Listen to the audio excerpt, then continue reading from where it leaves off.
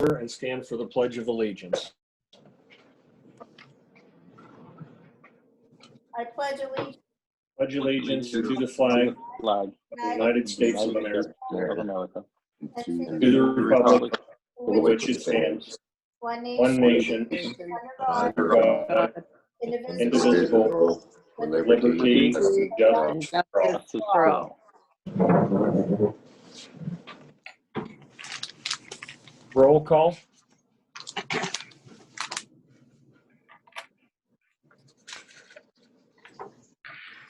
Bache, Here.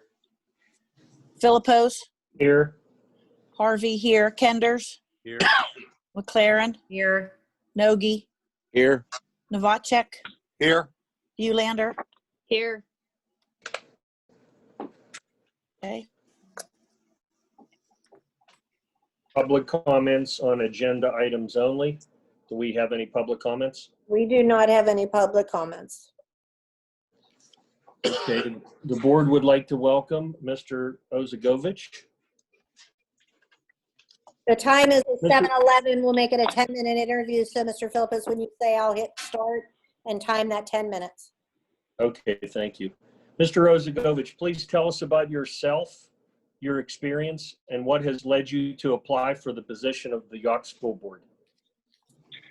Okay, I think most of you know me. Many of you actually served with me when I was on the board from 2015 to 2019. I actually grew up in the York School District and attended K through 12 here.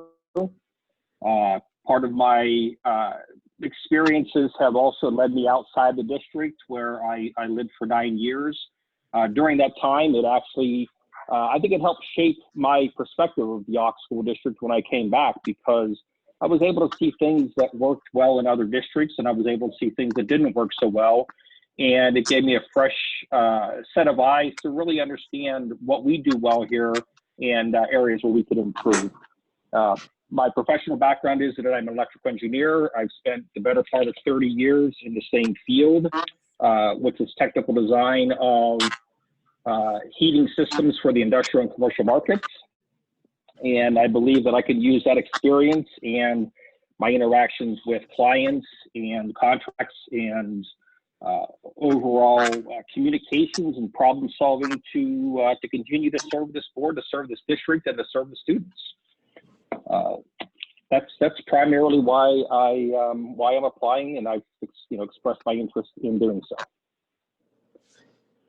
Thank you, Gary. If you were to choose one aspect of education that is most important, what is it and why?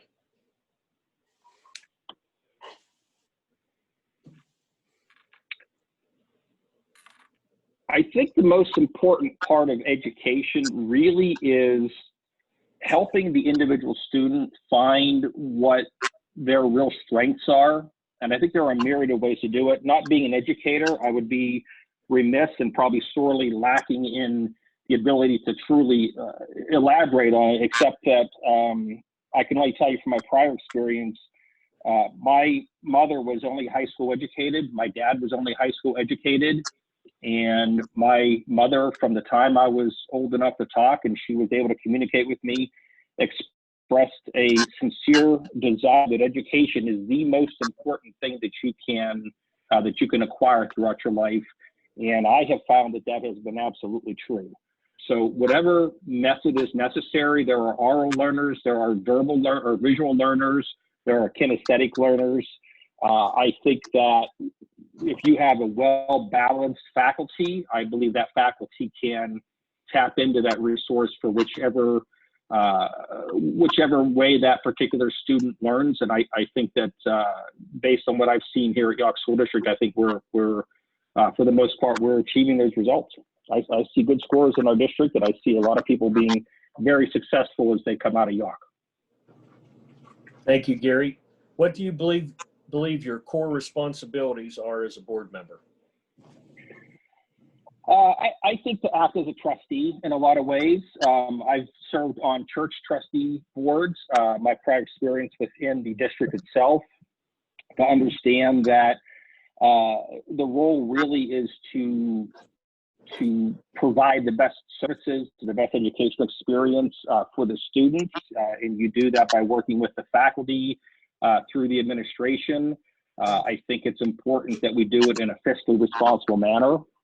I think that if you miss out on any one of those, I don't think that you're really giving the taxpayers the benefit of what your experiences are. I think that if you miss that for the students, they are not prepared for the future. So, like I said, I think it's as a trustee. I think you work with all the people, and I will tell you, I've had some folks who have come up to me and they've been fairly emotional about certain circumstances and the way things were perhaps unfolding in their perspective and how things were handled.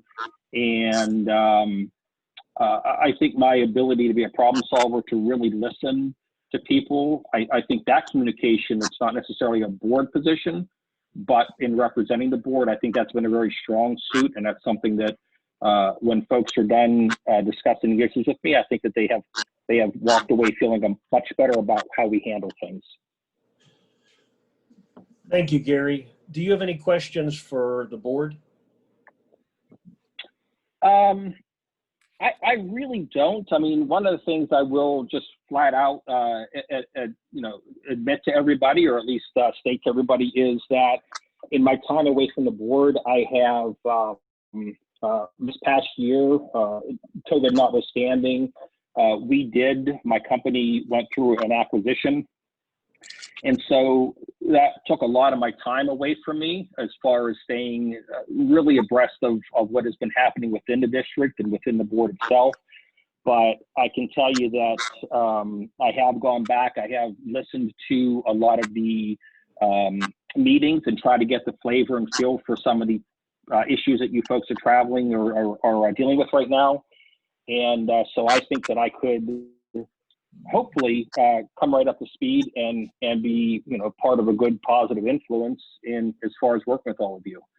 I don't know if this is a position to serve just the one half of or a 2-year portion for Ms. Dahl, or if this would be to fill her entire position. Maybe that's one question that would be, it certainly doesn't affect or impact what my interest is, but I guess it would just help me to understand and prepare a little bit better for what the next 6 months and or 2.5 years might entail.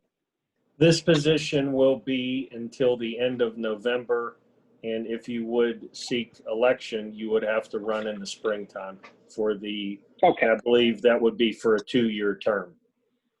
Okay, so we would be serving out Ms. Dahl's first half of her term. Correct. Okay. And I also want to just say, and I put this in my letter of interest, and I don't know if everybody saw it, but I do want to share with folks that I was really impressed with Ms. Dahl's dedication. When she decided to run, she attended, I bet you, every meeting, if not nearly every meeting to prepare. And her dedication to getting ready to be part of this board, should she have gotten elected, which she did, was really inspiring. And I walked up to her and I congratulated her afterward. And she was genuinely pleased to see that there were folks rooting for her, even though we ran against each other in a sense. She really did understand that at the end of the day, it really is about this district. It's about the kids. It's not where we stand on one side or the other. It's really, once you're there, it's how do you do the best for the students. So that was very inspiring, and I'd like to continue to do that on her behalf. Thank you, Gary. Thanks, Gary. Thanks, Gary. Okay. Thank you. All right. I hope that I can work with you folks. I think there's a lot of good things that you guys are doing, and I'd like to see that continue.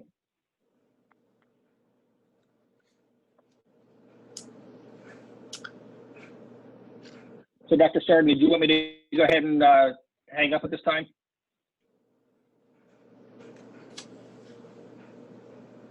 Janet's muted. Yeah, she's muted. Oh, sorry. Yeah, that would be good. You can just hang up and end on your end. On our end, we're going to keep it active, okay? That works. And there's nothing else active here. Yeah, so you can end.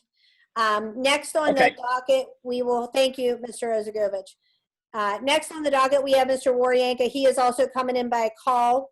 I am going to admit him, and then once he's in and settled and he can hear us, then we will, I'll start the clock.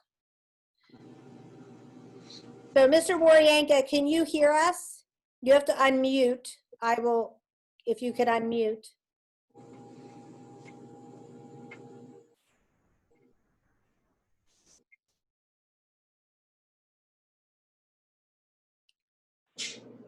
There he is. Mr. Waryanka, can you hear me? Yes, I can hear you. All right, welcome, and I apologize for having you thrown out of the meeting. It popped up quick and I hit it by accident, so I apologize for that. What we're gonna do, Mr. Waryanka, we're gonna give you 10 minutes. I'm gonna start the clock when Mr. Philippos tells me to, and the board has a few questions for you. So, Mr. Philippos, the floor is yours. Welcome, Mr. Waryanka. Please tell us about yourself, your experience, and what has led you to apply for the position for the Yawk School Board. Okay, I'm a retired school principal. I've been living in the district for quite a while.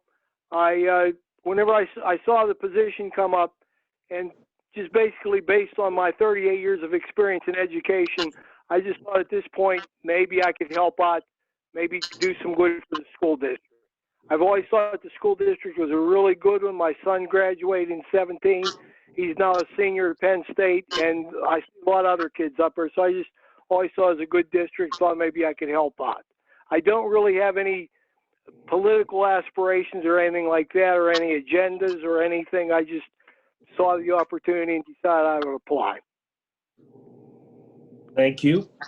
If you were to choose one aspect of education that is most important, what is it and why?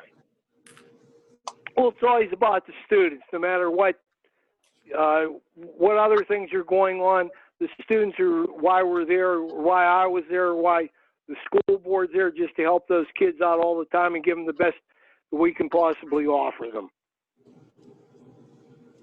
What do you believe are your core responsibilities as a board member? I would think that being on the board, it would be to direct the district. It would be to give input when needed. It would be to find out about the different issues going on, and based on what I would think is best, it would be to help the board make a decision that would be good for the entire community and the entire school community and everybody involved with the school. Mr. Waryanka, do you have any questions for the board? No, I don't. I always have thought that the board did a good job of what they do, and I think there's a good educational model that the board has followed, and the whole school district has followed. So I pretty much know what the school board has to do and what their responsibilities are. Okay, thank you. Thank you, sir. Thank you. Thank you. Thank you, Mr. Waryanka. So you have the ability to just hit end. You could probably just end your call on your phone, and then we're going to move forward with our next candidate. Thank you for taking the time to meet with us. Okay, you're welcome. Thank you. Thank you. Thank you. Bye now. Okay, next on the agenda, let me get Nancy.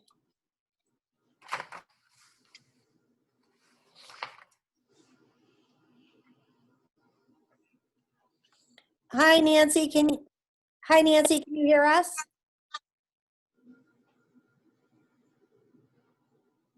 Hang on, she's still connecting sound-wise. Give her 1 second.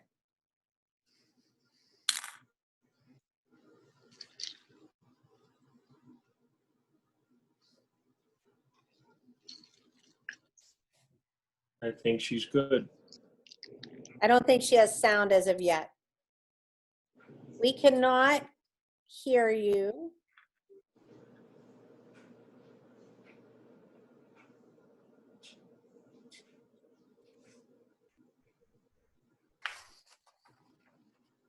There, No, she just has to unmute. okay, so Nancy, you just, let me hit unmute. Hang on, let me ask you to unmute, see if that works.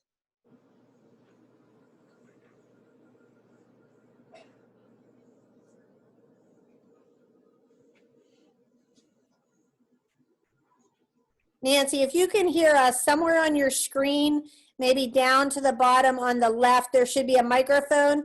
If you just hit that mute button, it'll unmute you. Should be down on the left-hand side at the bottom. There should be a microphone, and if you click on it, it should unmute you.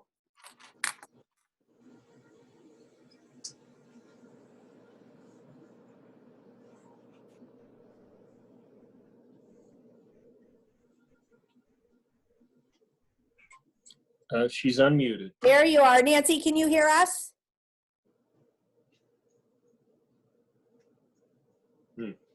Audio problem.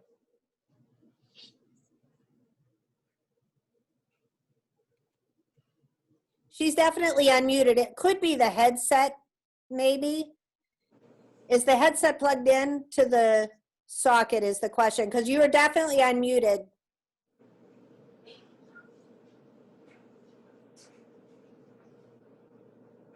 Okay. Yeah, we definitely cannot hear you, but you're unmuted. Is the headset plugged in with a wire?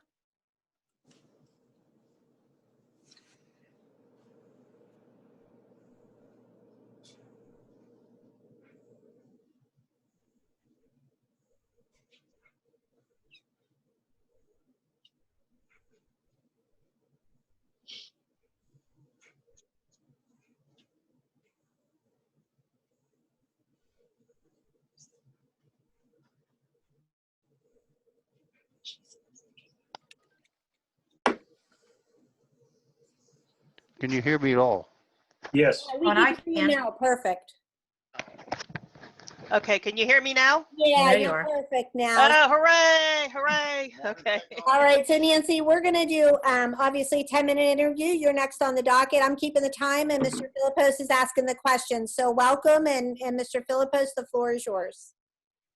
Welcome, Nancy. Please tell us about yourself, your experience, and what has led you to apply for the position for the Yawk School Board. Okay. First, I'd like to thank the board and the administration for the opportunity for this interview. I have served 8 years on the Yawk School Board. I've served in the capacity of president, treasurer. I was on legislative council. I was part of the renovations. I was chief negotiator for the YEA contracts. I've been on long-range planning, and I've been a member of the PTO. And in addition, I have attended for the last several years, probably most of all the school board meetings. I think I got everything. So, okay. And as far as what I'm doing currently now, I know Mrs. Dahl was part of the Vote Tech. I think I would be an excellent candidate to take that position.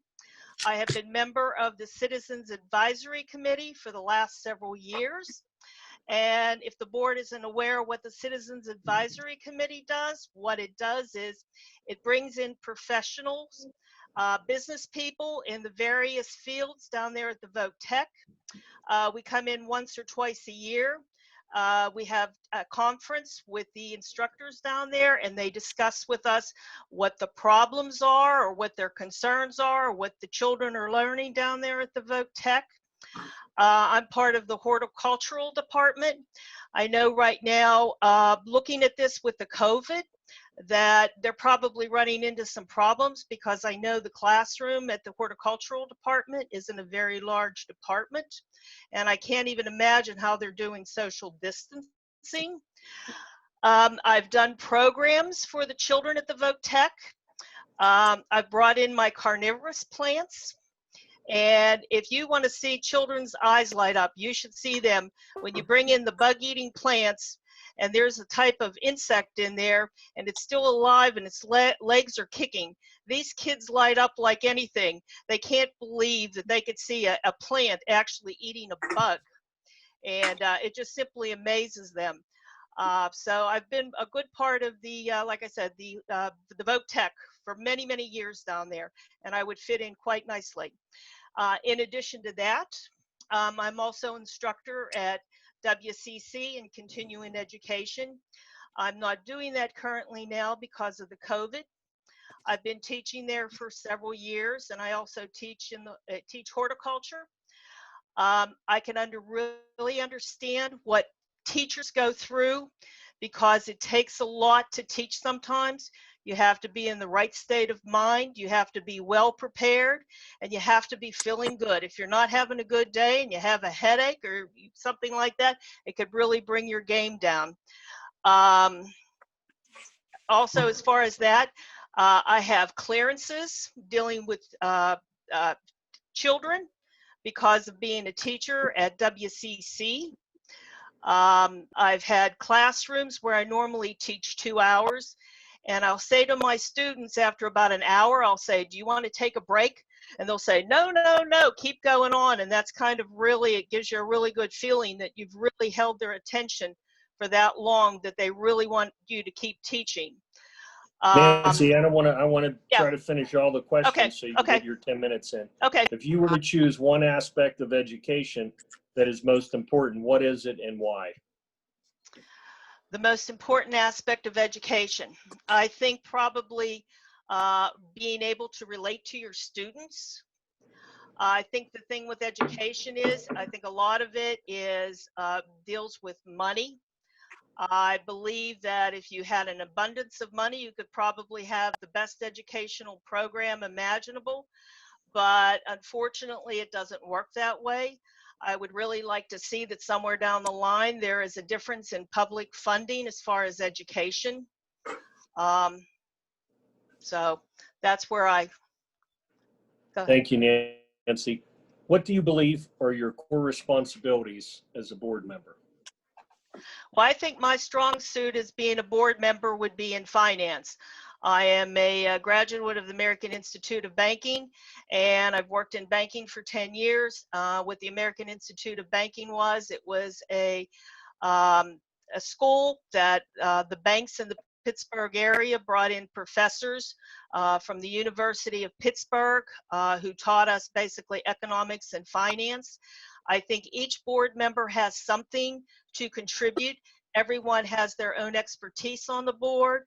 We might have an engineer, we might have someone in the medical profession, we have business people, and I think if everyone goes and contributes their expertise, that makes probably one of the best boards you could have. And I would be a contributor of the financial aspect of the board.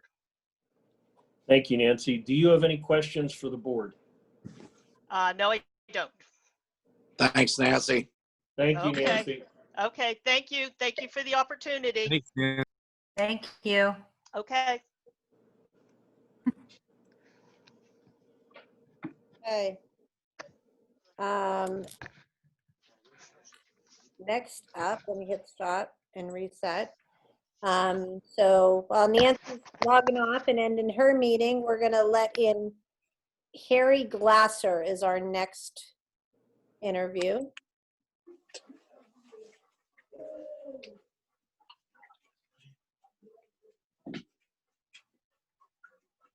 Okay, Mr. Glasser, we can see you. You just need to unmute.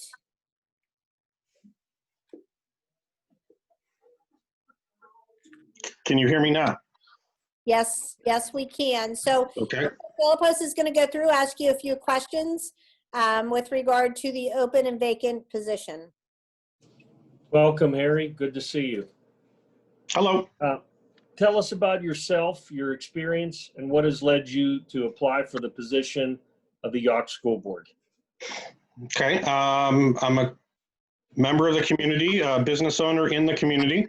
I grew up here. I was a graduate of Yawk High School. I think that in my years of experience that I bring a lot of things to the table, financially, professionally. I think being an advocate for the kids, for their education, I think that's what we need in the future. And I think I would like to give my services to that effect. If you were to choose one aspect of education that is most important, what is it and why? And you're meaning that as what specific, like science, math, et cetera? Is that what you're meaning? It could be that, just, it's just your one aspect of education is most important that you feel. As we move forward into this century, it has to be technology. It has to be that the students are able to compete in this world economy, not the old style fashioned homemaker situation that we've had in the early years.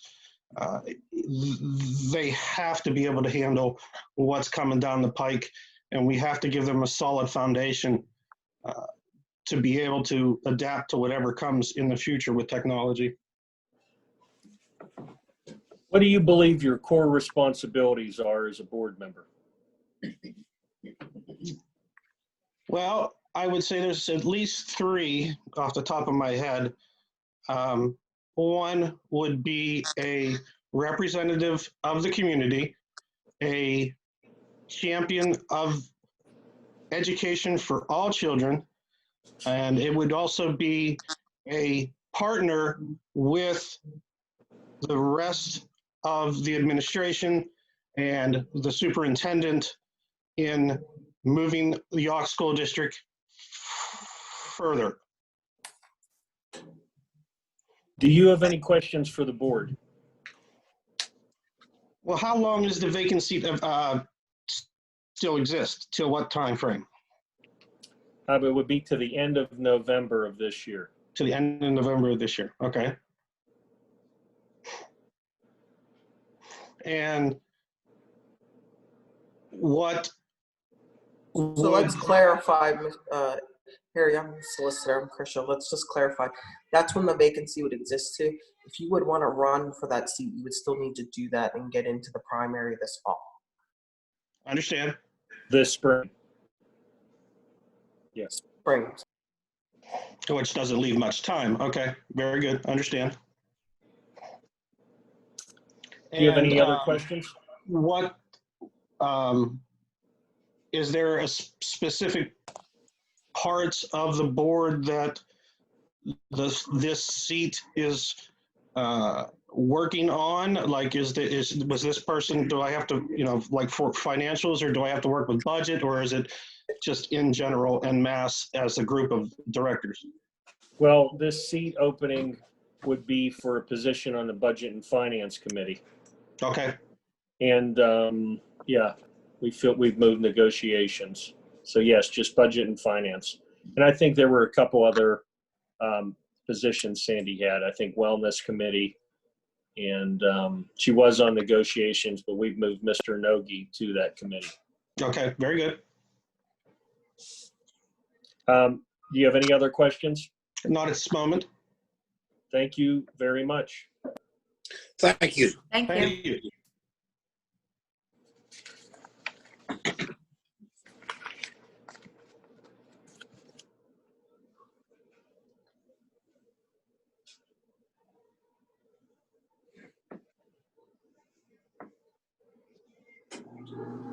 Once Mr. Rosser hits end, he'll exit the meeting, and then our next interview is scheduled for about a minute from now. We're waiting. As of yet, we are still on hold for the next person, so we'll give that a minute. Thank you, Dr. Sargent. Thank you.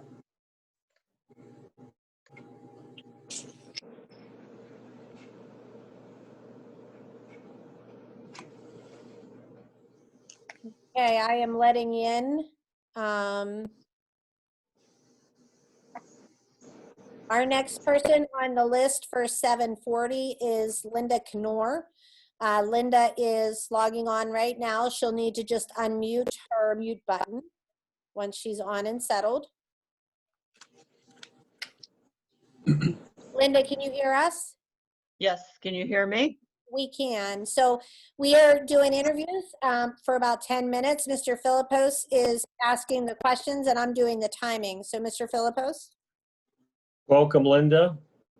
Tell us a little bit about yourself, your experience, and what has led you to apply for the position of the Yawk School Board. Okay, first of all, I lost you guys. Can you see me? Yes. We can. Linda, do you want me to repeat the question? There I am. Yeah, Jared, would you please? Sure. Well, we all pretty much know Linda Knorr, but once again, tell us about yourself, your experience, and what has led you to apply for the position for the Yawk School Board. Okay, first of all, I'd like to thank you for this opportunity to interview with you for the position. As you may know from my resume, I was a board member for 20 years. My only agenda as being a board member was to provide a good education for our students. That has always been my reason for serving on the board. And I served on various committees from negotiations to transportation. I initiated the Drug Awareness Committee, which led to the symposium through the help of Janet and administrators. And I just feel my experience, I bring a lot to the table. I know it's probably going to be a difficult financial year with COVID and our community, let alone the whole nation.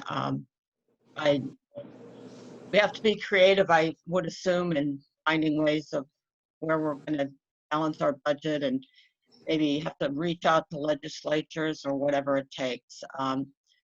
I just feel that, you know, through my experience on the board, plus I was a assistant director for 2 nonprofit organizations where I was in charge of preparing the budget and also an RFP for the Department of State. We were under a contract with them. I worked for them for 10 years, and I did HR and negotiated insurance contracts and things like that. So that's where I'm at. Thank you, Linda. If you were to choose one aspect of education that is most important, what is it and why? Well, I think all aspects of education are important. Your curriculum, enriching the child, they deserve to learn. It's you know, our obligation plus the community to do that and to provide them the best we can within our resources. I also think extracurricular activities are important. They need that to grow and learn how to work together as a team, whether it be athletics or quiz bowl or something like that. I think technology is probably really important in today's age. Thank you, Linda. What do you believe are your core responsibilities as a board member? To develop board policy and enforce those, to make sure that the students are getting an education they deserve and our curriculum is updated, our technology, just overseeing the whole aspect of the district. Thank you, Linda. Do you have any questions for the board itself? No, I really do not at this time. I do have one question. Is everyone present this evening? Yes. Board members? Okay, thank you. Thank you very much, Linda. Thanks, Linda. Thanks, Linda. Thank you. Thank you. Bye.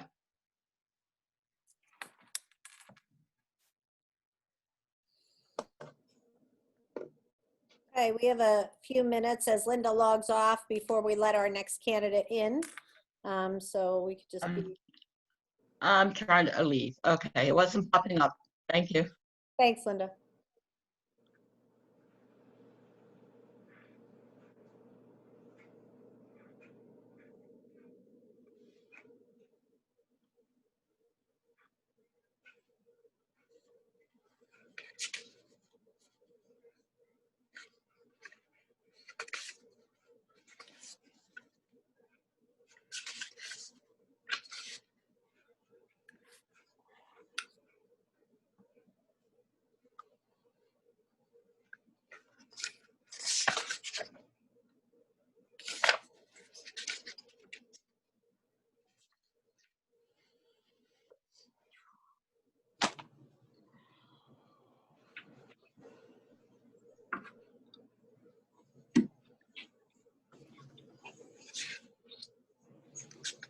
So are we in a 5-minute hold, or will the candidates? The next candidate is Mr. Matthew Gardner. As soon as he pops into the waiting room, I'll Okay. Okay, He's not there as of yet, though, so. okay. Mr. Philippos, if you'd like to sing to take up the time, I am certain that the Oh, I community was, would I appreciate was, that. I mean, Or maybe I- a funny joke or something. yeah, I definitely wouldn't be trying out for American Idol, I can tell you that. I think that's Alan Novacek's daughter, Sammy. She could have probably came in and sang a tune or something. And my jokes probably, You must She have learned that from me. somewhere. She learned her singing voice from me. Well, maybe you could do a tune for us. Yeah. I got a little bit of a hoarse throat though right now. Oh. So unless it's somebody's birthday. Anybody's birthday? Nope. I think it's Jennifer Sampson's birthday today. I will say a shout out to Jennifer Sampson. Happy 51st birthday. Well, there you go. Happy And birthday. on that note, I'm going to let in Matt Gardner.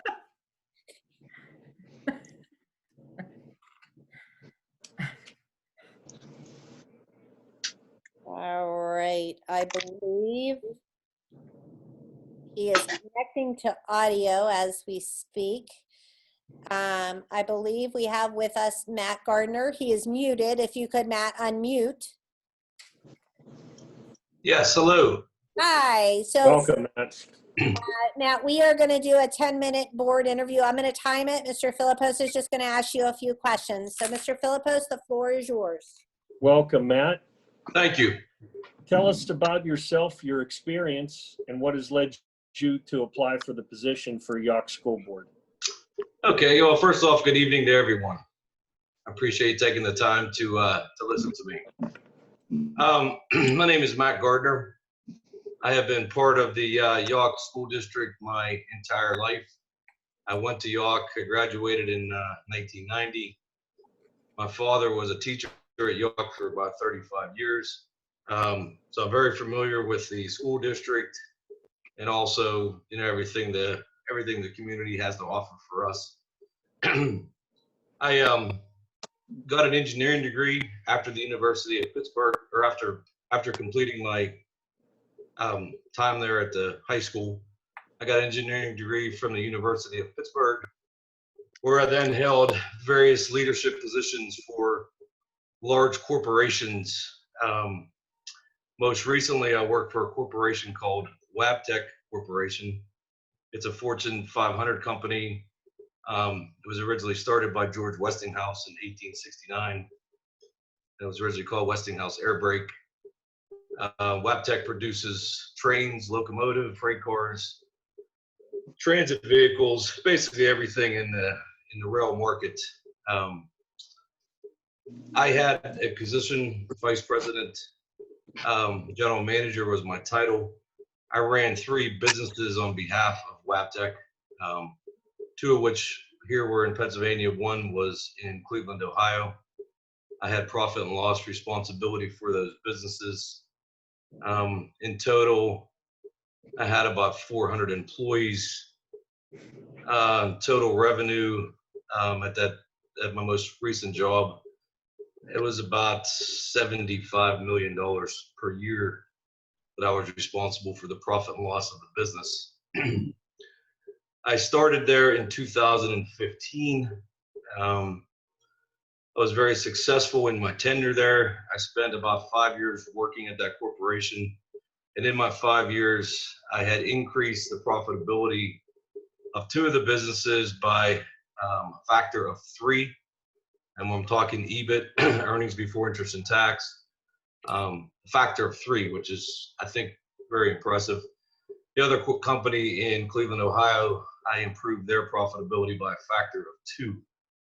So the company in Ohio, we were doing about $3 million of profit a year. And after my 5 years of managing the corporation, we had increased that to $6 million. And the other corporation, again, it was a factor of 3. It was $1.5 million when I took it over. When we finished, it was over 5 million. So it's actually a little bit larger than 3 times.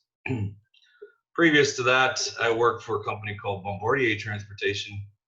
It was also in the same sector. We built trains. Most of the trains that you ride on, most of the subway vehicles that you rattle in the United States. Bombardier had a piece in building them, either the entire system or at least the vehicles. At my tenure at Bombardier, when I left there, I had 1,200 employees. I had a budget of almost $1 billion. I was responsible for, again, the profit and loss of that corporation. Our parent headquarters was in Montreal. The division that I was part of, the train division, it was headquartered in Berlin, Germany.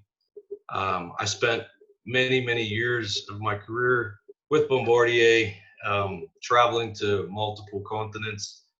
At one point, prior to my vice president, general manager job there, I was the vice president of manufacturing, where I had multiple plants. I had a plant in Pittsburgh. I had a plant in Ontario, Canada. I had a plant in Thunder Bay, Canada. I had a plant in South Africa. And I opened a plant in Taiwan. I was about 32 years old, 33 years old at the time. We won a contract where we had to build half of the vehicles in Taiwan. I flew to Taiwan. I interviewed a bunch of different companies, and ultimately we were very successful. We built 120 vehicles in Taiwan at a facility which I started and managed throughout the year and a half life of the project. Currently, I've decided in 2020, I've been doing all this work for these large corporations, and I wanted to do something for myself. So I took a big risk this year. I bought my own business. I just purchased it in September 2020. It's a truck line. I have 40 powered units, basically moving freight 24 hours a day, 7 days a week. It's right outside of Latrobe. I'm extremely happy with it thus far. We're performing well.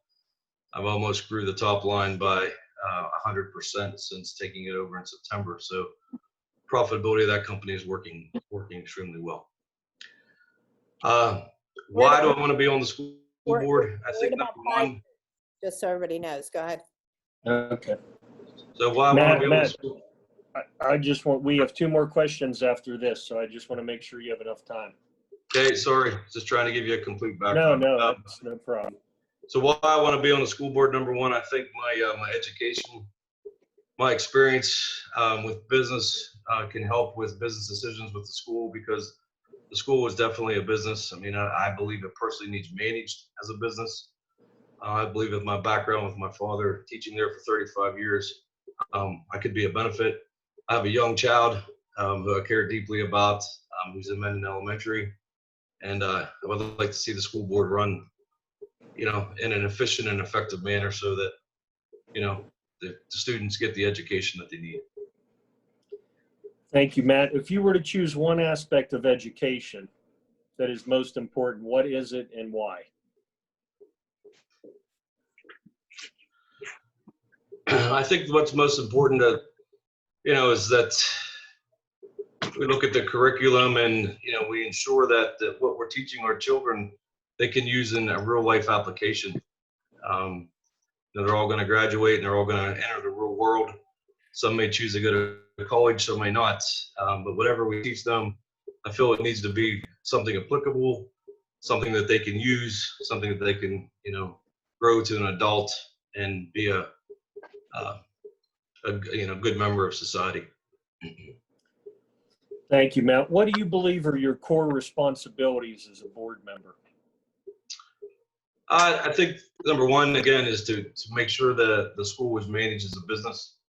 And number two, looking at the curriculum and making sure our students, again, are getting, proper education, something that, they can use as they move forward in life. Matt, do you have any questions for the board itself? I guess my only question would be, as far as this process goes, what is the next step of this process, or what happens here this evening? Well, we will be interviewing 11 total candidates, and we will be making a selection tonight. Okay. The position will be good until Sandy's seat will be filled until the end of this November. And if you would wish to run for school board in the spring, you would have to run in the spring election for either a 2 or a 4-year term. Sounds good to me. Yes, but depending on the outcome of tonight, I would definitely, if I am lucky enough to be selected, then that's fantastic. And then yes, at the end of the term, I will be running again. Or if I'm not lucky tonight, then I will be running in the fall term. Thank you very much, Matt. Thank you, Matt. Thanks, Matt. Thank you.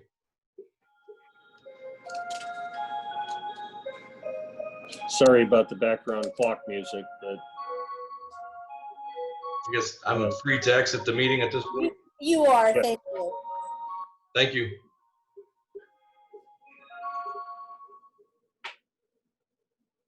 All right, next on the interview, we have Robert Romano. Let me admit him.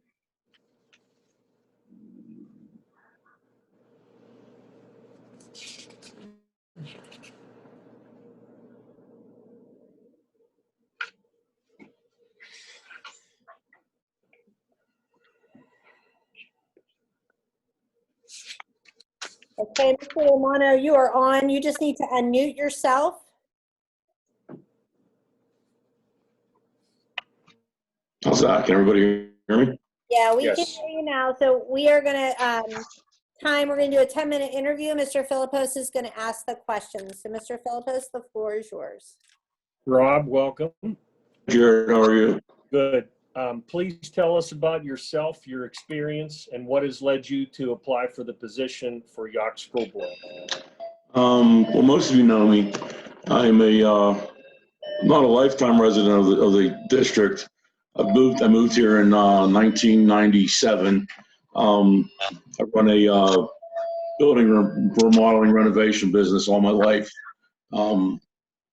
Raised 3 kids. 2 of them graduated from York. My son's currently in the 11th grade. I have a wonderful wife, Dana, who works at the University of Pittsburgh. That's about it. Rob, if you were to choose one aspect of education that is most important, what is it and why? One aspect of education.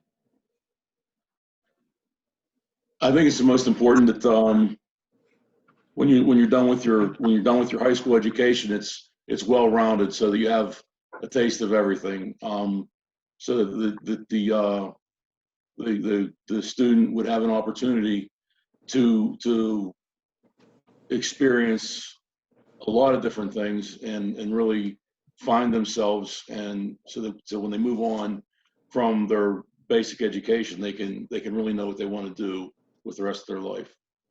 So my goal would be to have everybody get a well-rounded taste of everything before they left school. Thank you, Rob. What do you believe your core responsibilities are as a board member?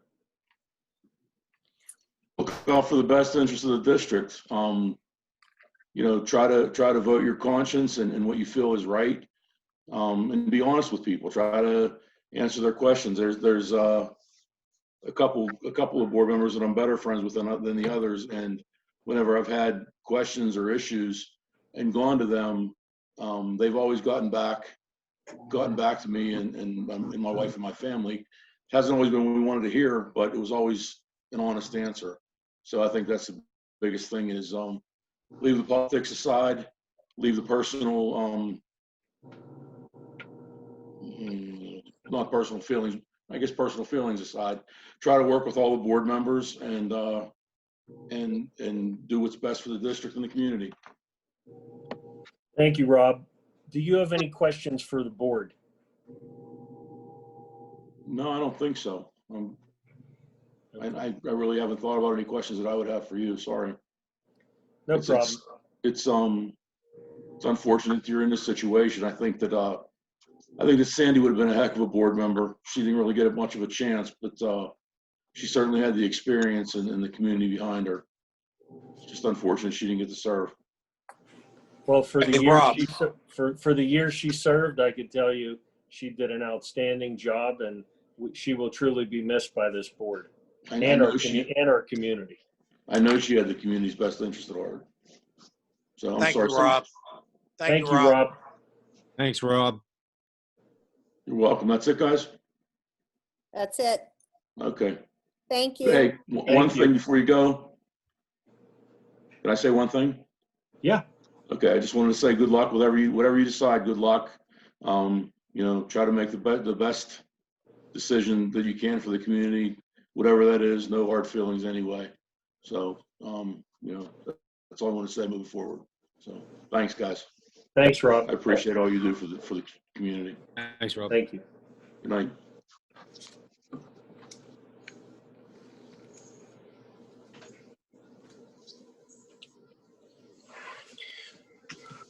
I'll give Robert some time to exit the meeting, and then we are waiting on, we have 2 more candidates to go. So we're just waiting for the next one to log in. It might take a few minutes.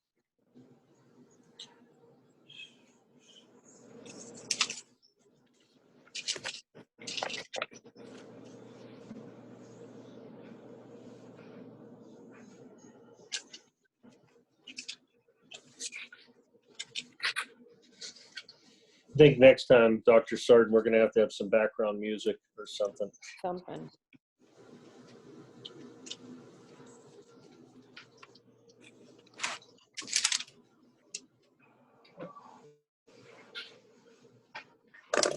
Stretch.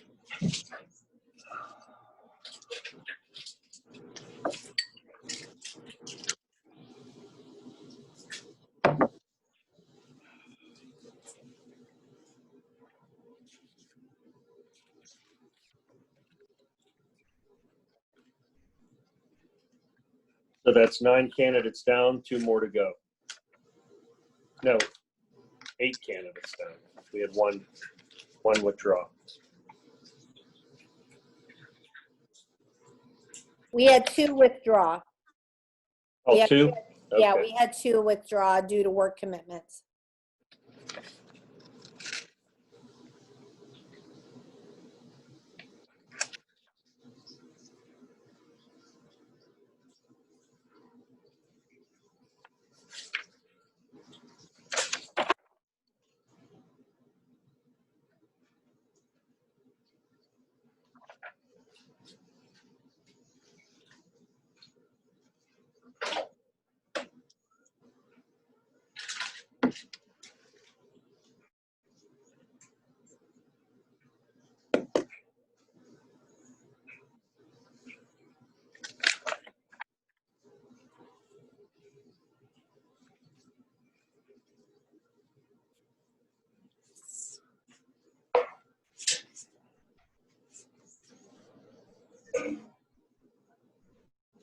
I see we're about 7 minutes off on this one then, right? We're running ahead.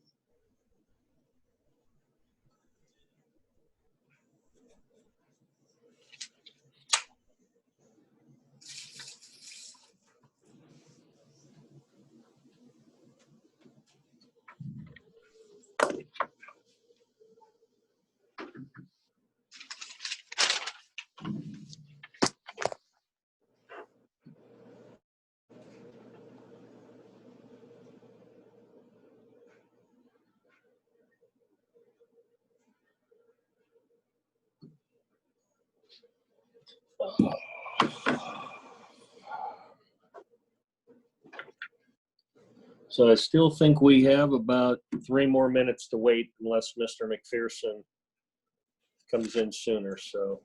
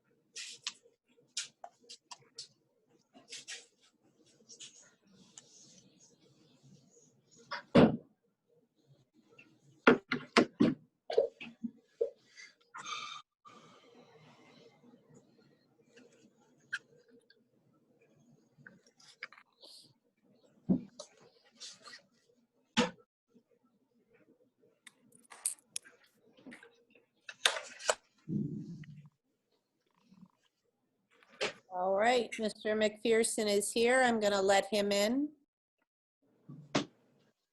Okay.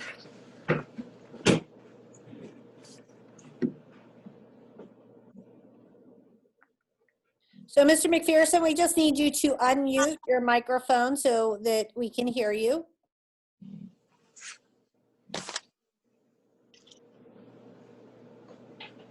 And there we go.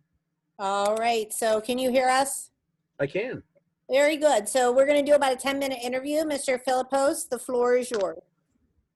Welcome, Bob. Good to have you. Nice to see you. Tell us about yourself, your experience, and what has led you to apply for the position for the Yawk School Board. Okay, so obviously my background included about 20 years in the U.S. Navy. During that time frame, I was a submariner, but I also was a master training specialist.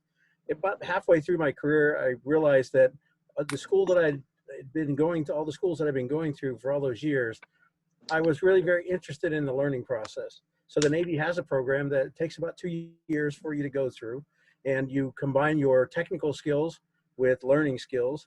And at the end of it, if you pass all the tests, you become a master training specialist. From that, after my time in the Navy, when I entered into the civilian world, I took that master training specialist and I took my degree in workforce education and coupled that with consulting. So over the years, well, for about the last 26 years, 27 years, I've worked as a consultant for Ford Motor Company, for General Motors, for Raytheon, a number of very high-level companies. And the consulting that I did was dual. Most of it was really related to the training environment, but it was also with lean manufacturing and Six Sigma. So based on that background, I was able to work with a number of organizations on continuous improvement, on helping them build stronger, build better. I've managed a number of projects that were in the multi-million-dollar project level. And from that time frame, I had a lot of good successes. Why did I choose to do this? I have to be honest with you, it wasn't the first thing that I had planned on doing for this year, but I had a long conversation with a very good friend of mine before Thanksgiving. And she had encouraged me to really think about how I might be able to benefit the school district with the various experiences that I have. I still, even though I'm retired second time, I still teach with Westmoreland County Community College. And my particular field that I do is essentially the same thing that I did when I worked for all of those other major corporations. I go into a company and I sit down with them and we determine what their needs are. We build a training program built on what those needs are and then deliver it to the folks that are in their organization. That training can include things like communication skills, leadership skills, continuous improvement obviously is a huge part of it, but it's also conflict resolution. It's being able to help organizations to get better than what they already are. recognizing that all organizations can still stand for continuous improvement. So that's kind of been my niche that I've developed with the community college. We've been pretty successful with it. I've done dozens of companies in Westmoreland County. Looking at those companies and looking what we get from a lot of the school districts, and not necessarily York, but just around the county, is there's still areas for improvement on preparing workers. I think that schools do an excellent job, and I know York does an excellent job with its college preparation. I know it does an excellent job with the linkage to different organizations around the county. Ms. Sarden and I worked together for a short period of time on the Workforce Development Committee before I got pulled away to do some other things. But I have to be honest with you, that's one of those areas that I think that I could still add some real value to the school board for. Thank you, Bob. If you were to choose one aspect of education that is most important, what is it and why? I think the most important thing is to understand what the needs of the learners are, to make sure that we are targeting and focusing those needs in ways that have meaning for them. You know, it can be a college prep, it can be workforce ed, it can be wherever they happen to need to go. But finding out what those needs are and making sure that we're meeting those needs and doing that on a consistent basis is important. I've spent a lot of time on education evaluation. In fact, during the time that I worked with most of those major corporations, we did spend an awful lot of time in measuring effectiveness of evaluation, because having that workforce that's really fully prepared to be able to manage the modern problems that they're going to face and the modern equipment they're going to face means that you've got to have a really strong background in math. You have to have a good, strong background in problem solving. You've got to be able to have people that can do critical thinking.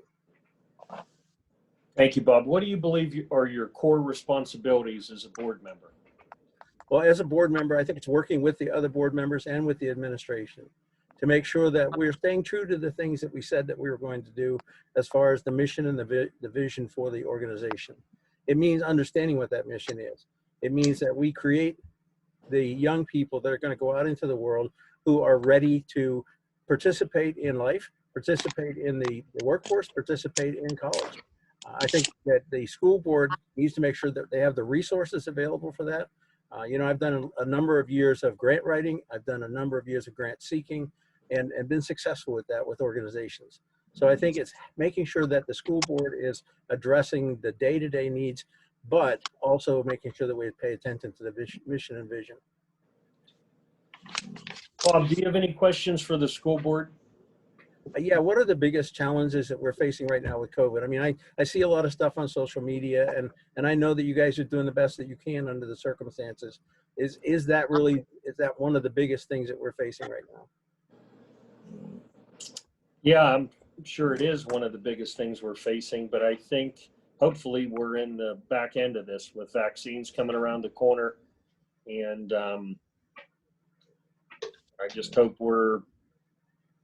this is the back end of it. But I think Dr. Sarden, you know, would address that as well in regards to probably COVID-19 for being a board member, a superintendent. Everything's new to everyone here. Or I would say the last 6, 7, 8 months have really been challenging for the school district with regard to COVID-19 as a pandemic in general, as it has been for all of our community members. It is especially challenging here in the district because you're trying to find a way to balance education with the health, safety, and welfare of people. So that has been challenging.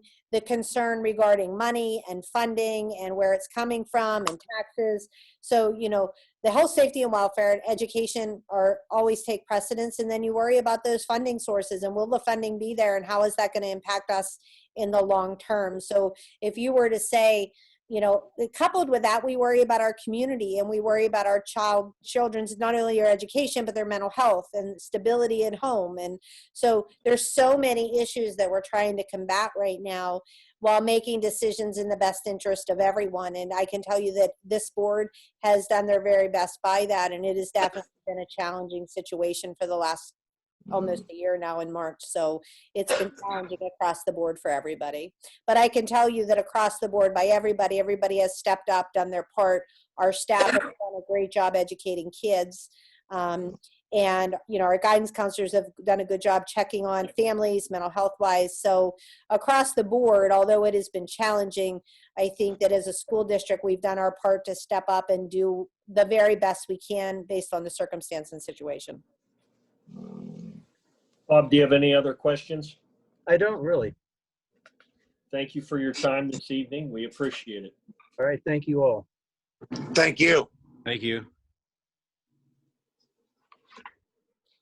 Okay, and we have one final interview this evening. It is, let me let Ms. Huss in.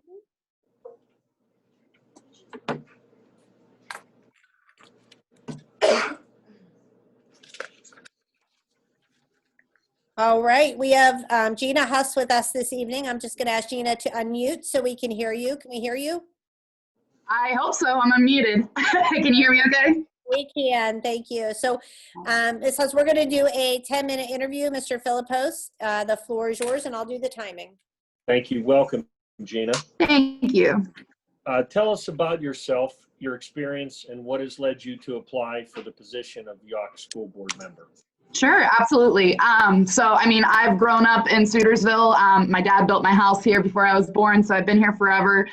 Went to Yawk, an alum of Yawk, and now still live in the district.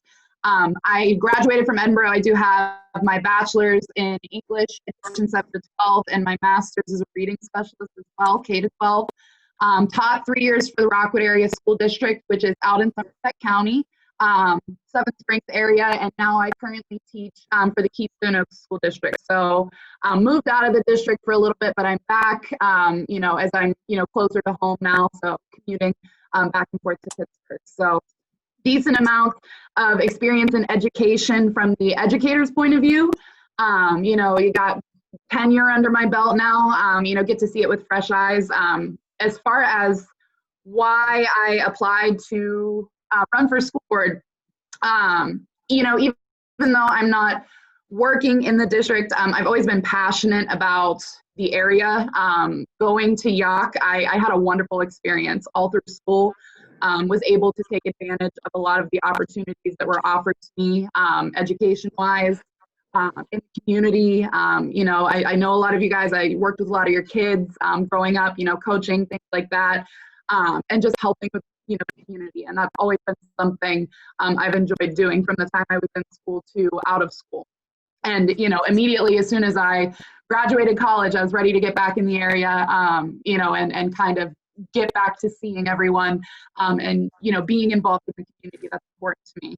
I had a wonderful experience growing up here, and I am very passionate about the excellent education that I had the opportunity. So for me, the big reason why I'm running, or put my application in, I suppose, is just to make sure, that there is always another advocate for the kids. And making sure that kids have the opportunity that I did to thrive. I am out of school now and doing pretty well for myself, and I would never have been able to do that without my experience as a district. So I think, it would be kind of nice to have someone that's in the field right now. As an educator, it's always nice to kind of have that perspective as well. So, kind of the passion for the area, passion for the people. I think I'm very approachable. I think I'm very level-headed, and all of those things I think kind of, tie into why I wanted to kind of put my name in the hat. Thank you, Gina. If you were to choose one aspect of education that is most important, what is it and why? Ooh, that's a great question. Obviously, that can go a lot of different ways. I think the most important thing as a school board and kind of as a district is always to kind of take a look at that, benchmark baseline data and kind of see where the kids are. And that really drives the decisions that you're able to make as a district. If you see that you're lagging in a certain area, like English, math, or whatever it might be, and kind of look at the trends for the grade levels. I'm lucky enough, I've had that experience looking at that PVOS, EVOS data, kind of looking at that and making the decisions based on the data that you get. So I think as far as the most important aspect of education, obviously that comes down to your faculty. So making sure that you have the right faculty to kind of, make that decision, look at that data, and every kid needs a different approach a lot of the time. So having, an adept faculty and, making sure obviously the board kind of, helps in that decision making a bit. So. Thank you, Gina. What do you believe are your core responsibilities as a board member? Well, number one is going to be being a speaker for the taxpayers. So, being approachable, you can't be on the board and cut yourself off from the public. You have to make yourself open and hear people's concerns. So obviously, in my opinion, that's the number one thing is, you are a spokesperson for the people of your area. Second, being an advocate for the kids, education coming first, being an advocate for the staff as well. And I think, just in general, being available is probably the most important thing when you're on the board. Just knowing that people knowing that they can approach you saying, hey, I noticed this thing, and even if it's not something that they know you might not agree with, being able to still approach you and talk about it, and knowing that you'll take their perspective into consideration. So I think that, standing up for the taxpayers, standing up for the kids, and making sure that everything is equaled out is the most important thing. Thank you, Gina. Do you have any questions for the board? I don't think I do. Like I said, I want to make sure, Mrs. Dull, she was an awesome woman, and those are big shoes to fill. So, myself and I know some others, just really want to make sure whoever does fill that spot really has the well-being of the kids at heart, and the educators at heart, and all those things. So like I said, just wanted to throw my name in the hat. I'm very lucky. I don't have any kids right now. So I'm able to make the time to serve the district. I can devote the time to doing it because I don't have, obviously I have my job, but I can fully devote the time to the position. So, but no question. Thank you, Gina. All right, awesome. Okay.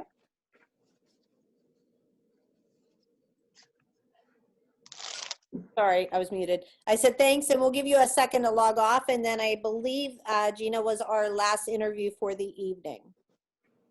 All right, sounds good. Thank you guys for the opportunity. Take care. Thank you, Gina. Yeah. I thought we had one more according to our agenda. No? And we had No, two I think withdrawals. Two cancels. Oh, okay. Okay, so that is all for interviews for the board candidates. So we will move on with our next part of our agenda, Mr. Philippos. Okay. Secretary's report.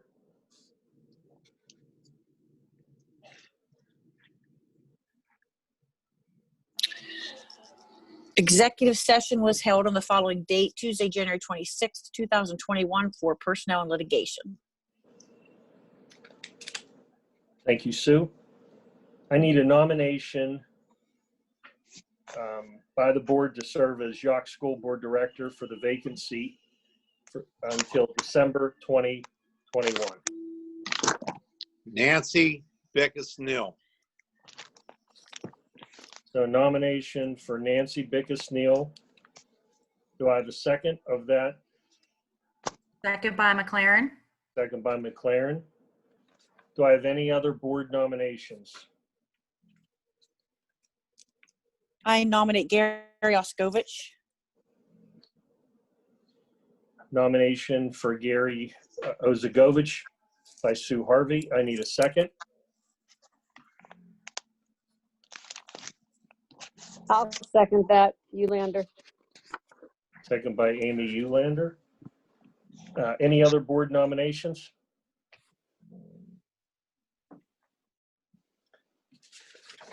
I make a motion to close nominations. McLaren. Motion by McLaren, a second. Novacek. Roll call vote. 4. To close nominations. Bache. To close the nominations, that's what the vote is? Yeah. For what? Yeah, yes. Harvey, yes. Kenders, Yes. McLaren, Yeah. Nogi, Yes. Novacek, Yes. Ulander, Yes. Philippos. Yes. Okay.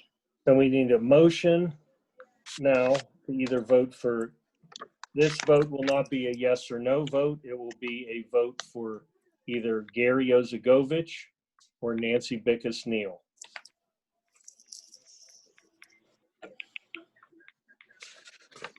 Tricia, I believe that's the procedure we have to use on that. Correct. Here, since we have two nominees, then you vote for whichever nominee that you want for the position. And it would be a roll call vote. So I will roll call your name and you'll tell me who you select. Is that correct? Correct. Okay. Bache. I'll do that too. Nancy. Oh. Harvey, Gary, Kenders, Nancy. McLaren, Nancy. Nogi, Nancy. Novacek, Nancy. Ulander, Gary. Philippos. Nancy. 7-2, Nancy Bickus Neal. So what will happen at the next meeting, she will be added to the agenda. And then Krisha, at the next meeting, we would need to have a judge come and do the swearing in, or at least, I don't know if they can still do that on Zoom or not, but we'll need you guys from the solicitor's office to set that up. So we will do that, or we can speak with Nancy. She can go if she chooses beforehand to get sworn in too, if that makes things a little smoother. And then we would just get proof that she was sworn in. And I think the board would like to thank all the applicants that we interviewed tonight. I think there were a lot of great people that interviewed, and we'd like to thank them for their time. Need a motion to appoint for the Central Vote Tech to be the representative.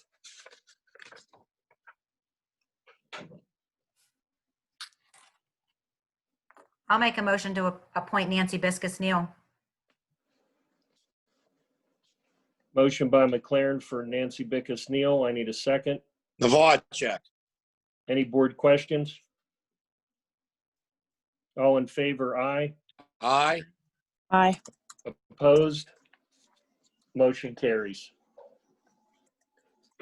Under district operations, we want to have a discussion of reopening the schools.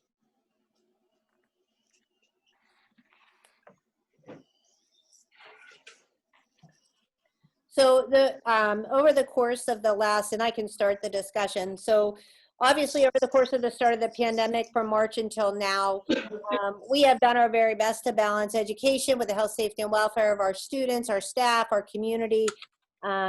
We have followed the regulations that have come forth from the state with regard to opening and closing, substantial and moderate. Over the course of those 9 months, those regulations have changed back and forth over the period of time.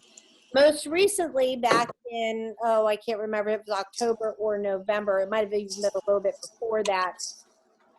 Prior to this, the state didn't have any kind of form or commitment to follow those regulations. But back in the fall, the state put together what was called an attestation. And that attestation allowed the board to choose whether or not, when in the substantial phase, to select either come to school in a hybrid model and follow the rules and regulations of 6 feet social distancing and masking as are required by state law. And the second choice on that was to do full virtual instruction. So back when the board made the decision, they chose to go full virtual instruction, and we did sign and submit that to the state saying that when and if we were in substantial, we would remain in full virtual instruction. On that form, the board did have the option of choosing to come back and follow the rules and regulations with regard to 6 feet social distancing and masking. So it is up for discussion now at this point for the school board if you want to remain in the full virtual as was submitted to the state, or if anybody on the board has the desire to change back to our hybrid model that we had prior to going to virtual, right after the Thanksgiving break. So that's really the discussion point to start at. The state does make recommendations, and you can do either or. You can do full virtual instruction by filling out that form and remaining in it. And if you choose to come back to school, then we would have to resubmit that attestation form with the board president's signature and a signature from myself stating we would follow the rules and regulations. A couple points before the board has the discussion. Obviously, we have been set up as York School District with 6 feet social distancing between all desks in grades K to 12. We require students and adults to wear masks at all time with the exception of when they are eating in the cafeteria, but all other times we have maintained that social distancing guidelines. We wear the masks on buses. We have our hallways and all of our buildings set up as one-way hallways within all of the different areas. We have designed our program that it is a face-to-face, a virtual live, or a virtual recorded program, and that is the program we have been using since the start of this school year in August. If the board would decide to switch from full virtual to following those rules and regulations, there are some things the board members and the community would need to know and understand.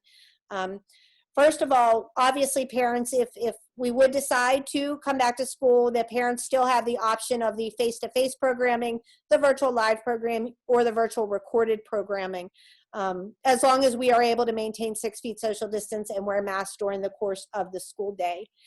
We also need to be aware that if we would choose to come back to school, there are very strict rules and regulations with the number of students during, whether it's a low, moderate, or substantial phase. There's a chart the districts have to follow.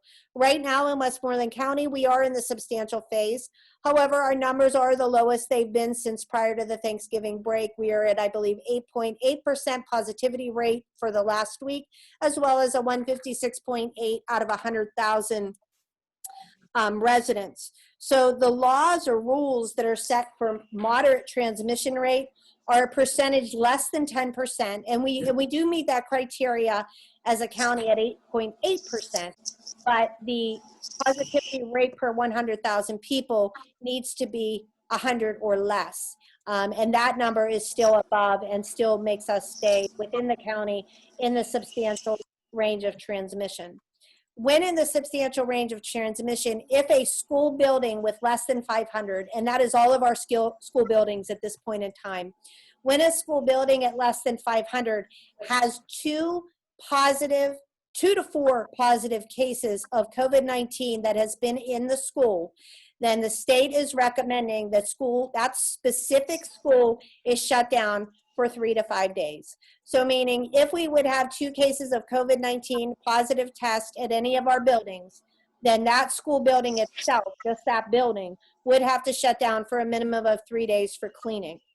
That that tracking of COVID-19 within the buildings runs on a 14-day rolling schedule. So let's pretend we had 2 cases of COVID-19 at the high school. If we had to shut that building down for 3 days, then we would, when we came back to school, that 14-day rolling period would reset itself back to 0, just so the board is aware of that.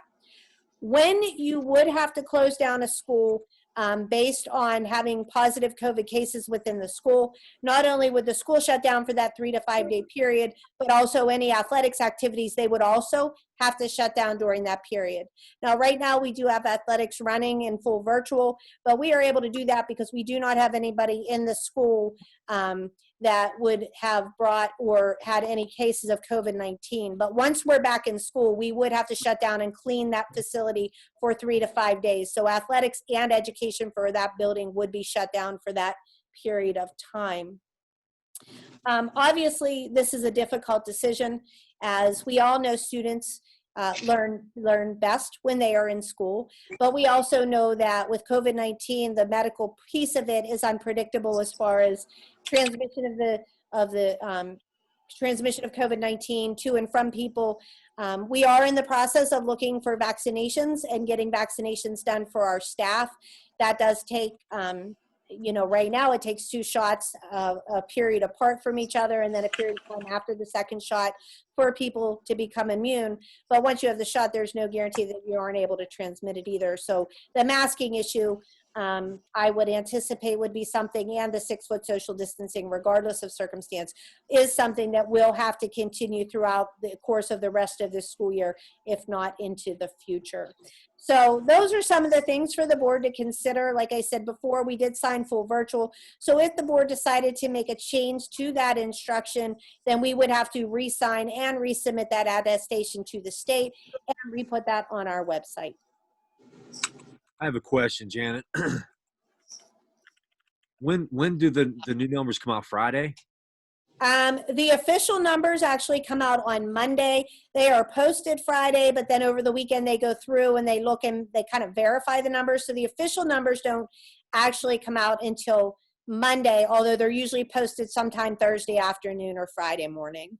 So there could be a possibility that this week's numbers, we could be out of the substantial in both categories, possibly, or were we that far off? It's possible, but I can tell you, looking at the numbers from last week, and I'm not an expert by any stretch, I would imagine we're not going to be below 100 this week. We may be below that 156.6 or whatever it was last week, but I'm not so sure we're going to be below 100 this week, just looking at the numbers the last couple of days, but I don't know that for sure.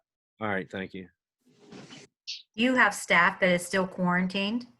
As of right now, I have one staff member that is still off due to COVID-19.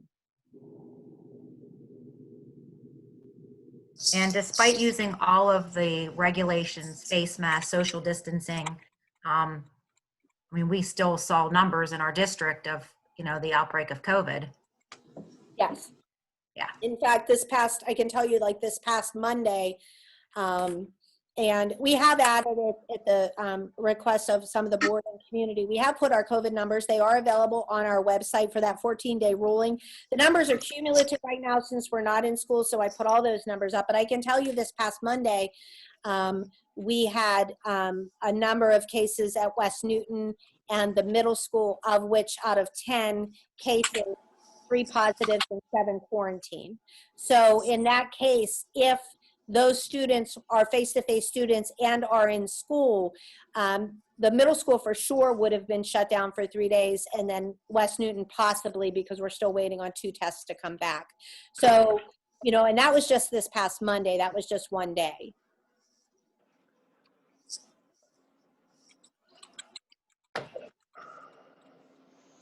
Well, with the 3 options that we present to the public, virtual, the live virtual, and the pre-recorded, I think it's time to get the parents the option to go back to in-person teaching. We're very close in our numbers, and these kids need to be back in school. I think it's paramount, because a lot of these kids are struggling doing virtual, and I'm sure some of the parents are struggling helping their kids from working all day. And that's not the only reason, that's not a reason to go back, but I think the kids need to have face-to-face. Now, again, not all parents may agree with that, but the ones that want to go back in person, I think we give them the option. York was the leader in the beginning of this pandemic, and now we're the last school district to even be back live. No, but into the district's defense, there's a reason why we're not. It's because we're following the guidelines and the health and safety plan that Dr. Sardin and her administration spent hours, days, weeks coming up with to make sure that we do stay safe. So now all of a sudden, and the numbers are still substantial, but now we're saying, okay, we can send our kids back to school. I just need clarification why it wasn't good last week, the week before, and with those numbers still being the same and the risk still being the same, that what's different here? Yeah, everybody agrees that the kids should be back in school. I'm not disputing that fact. I'm disputing the fact that where we started, what we went through, and where we are, do we risk that? And we all, ask the questions and then make the educated decision on what we feel is the best for our district. I think if we look at the numbers, they were in double digit in percentage wise, and now they're back to 8.2, 8.1 around there when they were over 11, 12. And I agree, but still not at a level that's considered moderate. But the governor has suggested that they recommend now kids go back K through 4. I mean, so the governor's changed his. Why? I couldn't answer for the governor, but I'm just saying now. I'm just asking the question. Just because it's Tuesday and not Monday, we can go back. I mean, I hate to be like that, but I mean, I've seen what this does. I've dealt with this, so I'm just very cautious on the way I'm going to make my decision. No, I understand that. Let's not forget what we just did. Why we had to do what we just did, getting another school board member. Let's not forget that. I agree with that. Thank you. I'm not sure if Why it's a don't we motion just on the go board. around and do a vote? Yeah, is there a motion there? We don't have a motion, it's just a No. discussion item. If the board would like to, if the board, I guess, if the board would like to, Mr. Philippos, we can go, I mean, there's really two options at this point. Remain full virtual until 2 moderates, or open back up in our hybrid model as we were prior to Thanksgiving. I mean, those are really your two options. We could go around, ask board member opinion, and where it falls, it falls. I mean, I think, Krisha, would that be appropriate? For Krisha, would we have to do that under new business? Well, you would have to probably amend the agenda, I would think, Dr. Sarden. How amend it, like motion to have board members select? Do you know what I mean? Like, I'm not sure what that looks Well, like. I would think that they're not approving the back to school plan as presented by you. I mean, because I think that the board has the ability to vote up or down the back to school plan. And if your recommendation is a hybrid option and they're voting that down, then they can certainly have the right to do that. But it should be voting against the superintendent's recommendation. Well, I think at this point, I don't know that I made a recommendation other to give them the options of what their choices are at this point. Yeah, it really should be a recommendation of the administration, and then the board votes on that recommendation. That's what we've been doing since the beginning of this COVID option, or COVID time, is that these a recommendation comes from the superintendent, and then the board either approves or denies the plan. But again, we could be held liable. Correct. We could be held liable for somebody getting COVID or transmitting that to a parent, a grandparent, or some other thing. Is that correct? I'm sorry, you were breaking up there. I couldn't hear. I said we could be held liable for somebody getting COVID and transmitting that to a parent or a grandparent. Is that correct? There hasn't been any cases that I'm aware of at this point, but I know there was a law that was instituted, and it was vetoed by Governor Wolf to absolve you of that liability. That's correct. Thank you. Dr. Sarden, would you recommend to the board what your option may be to give us guidance? You know, I think at this point in time, I think it's more of a board decision than it is my recommendation. I do. I do, because if you look at where we're at, whether we come to school, don't come to school, we have rules and regulations that we have to follow. And I can tell you whichever the board decides is the rules and regulations that we're going to follow as a district. Liability wise, Krisha says, you know, the liability, I'm not going to make a recommendation on all the liability fall, because together as a team, and we have done this not just based on my recommendation over the course of the last 9 months. I can tell you we have done this as a school board, as a group, as a recommendation from us as a team. So I think that protocol is the protocol we've used since the beginning, based on our discussions and where we fall and weighing the good and the bad. And so I think that should be the process that we continue to use. Okay, so if anybody wants to make a motion under new business to open up the school, they can, but we're not at that point yet. No board reports. Anything under old business? Anything under new business?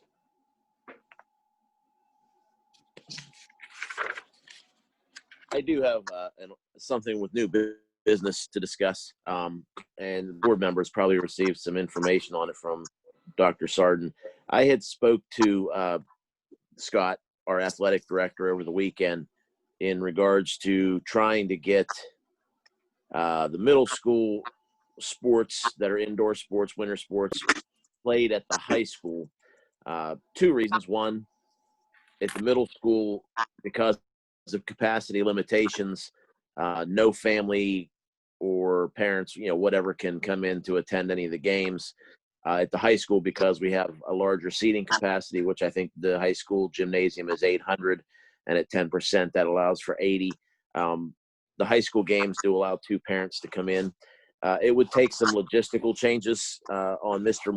Morrison's part to jockey the practices around and whatnot so that gym space would be available for all the sports in the event that we brought middle school games to the high school. I know there was some questions about transportation and whatnot. Obviously, we haven't made a decision on whether the kids are going to be returning to school or not. I have my thoughts and opinions on that. And there were questions also about education, because the middle school games are played directly after school. And if they had to be transported to the high school, that they would possibly miss a couple classes at the end of the day.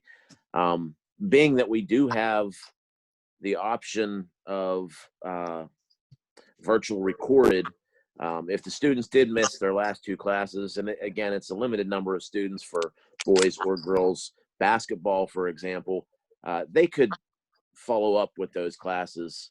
I know myself, whenever I was in high school, and I'll give you an example, playing freshman football, every game, whether it was home or away, because of our facility, the football team missed 2 or 3 classes at the end of the day. The teachers knew that those athletes were going to be missing the classes, so they were able to give them the work ahead of time or whatever, so that they could complete whatever was needed to be complete on an educational level.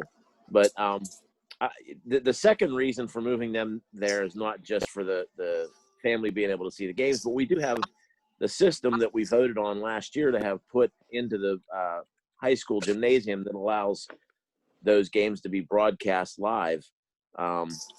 So even if parents aren't able to attend the game, they have that option to pay the minimal fee to get that app and to watch the games live, or they can watch them recorded, because once they're on there, they can be watched repeatedly on a recorded basis. So I would like to motion that the board moves forward with having Mr. Morrison jockey the schedule around to have the middle school sports played at the high school, so that we can have participation with families and be able to use the system that we have installed for cameras to watch the games.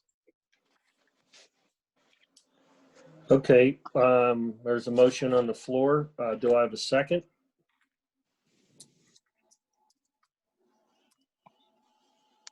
Novacek. Second. Any board questions? Yes. So who's thought of all the plan on how this is going to take place? What is the cost to the district for the buses? Again, I don't mean to be negative, but now we're putting sports in front of academics. There's a lot of questions that I have regarding this sudden need to move.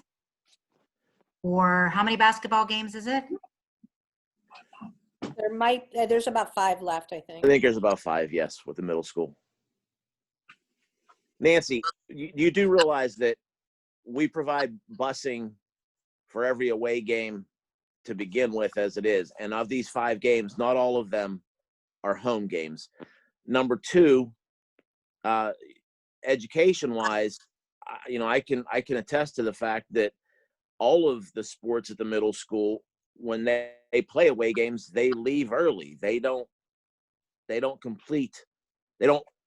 go to the bus schedule, I should say, till the end of the day, so that they can attend the away games. I know, when they play against Indiana or something like that, they have to leave early enough to get to those games. So I mean, it's not unusual for middle school athletes to miss some education time.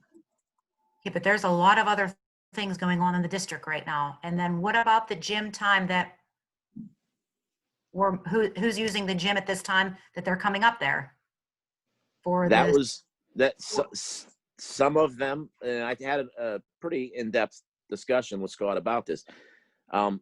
Okay, well, that's Some good of for that, you. I mean, where was all the rest of the information for the school board?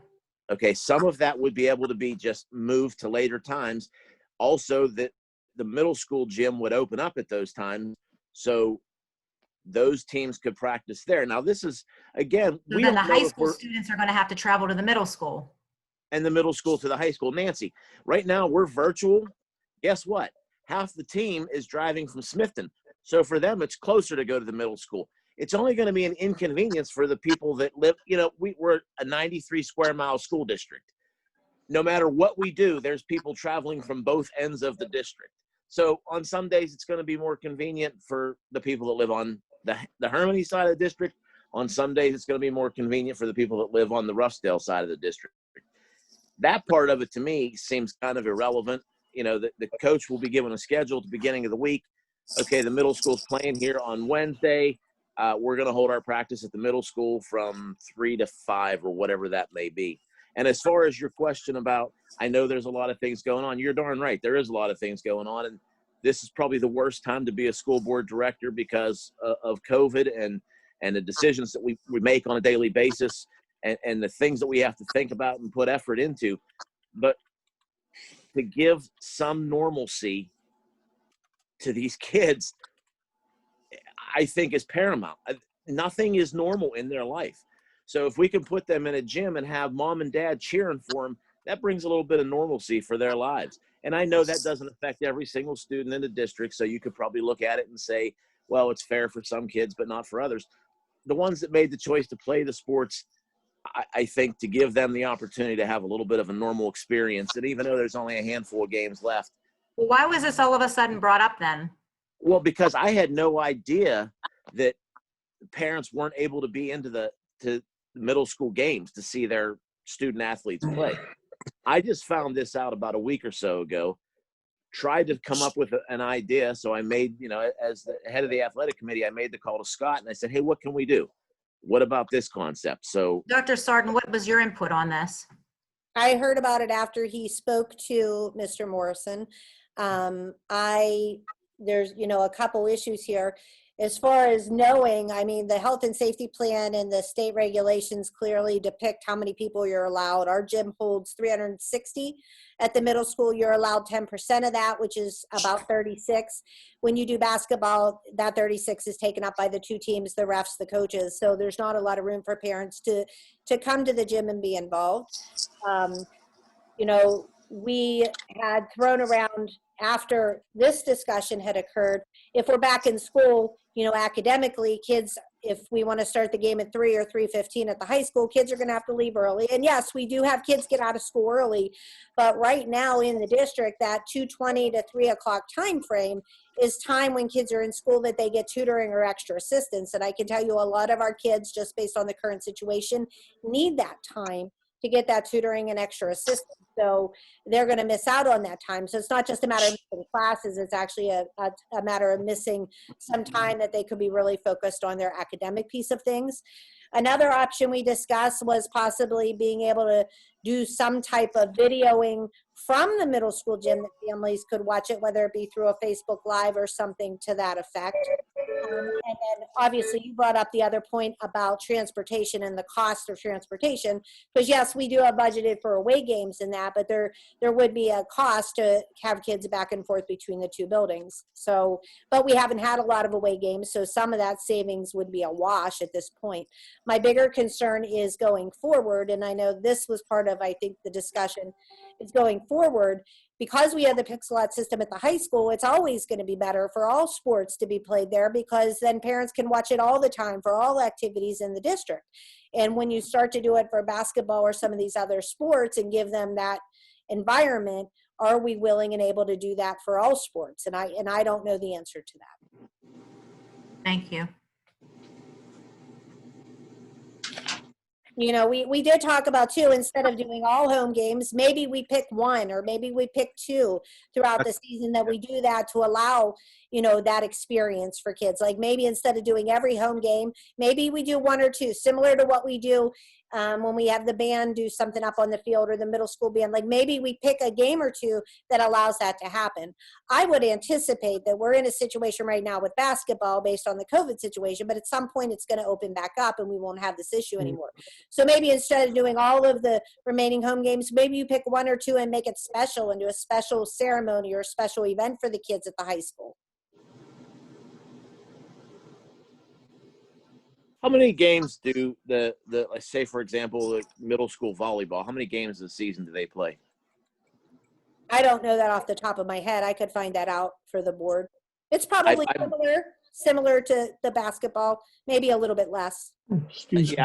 For some reason, I thought it was about 8 or 10, which again would put us at probably about 4 or 5 home games.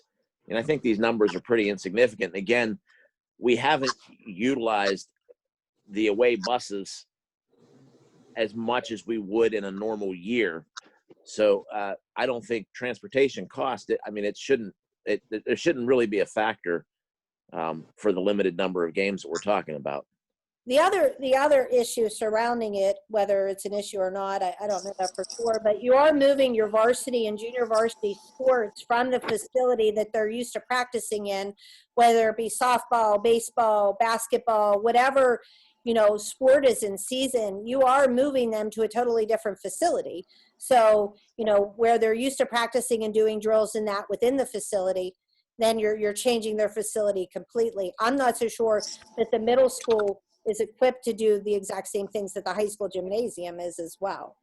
Now, once you hit spring, baseball and softball, they practice inside on occasion using the nets, and they're outside when the weather is appropriate. I don't know that the middle school is able to handle that if we would do anything even in the spring sports season. Yeah, and I don't disagree with you on that at all. I just, again, I'm looking at very limited numbers. So if say there's 4 volleyball games that get shifted to the high school, we're literally talking about 4 practices out of maybe 30, 40 practices that would be disrupted. I think it's pretty limited numbers for the benefit that the kids receive for it, but that's just my opinion.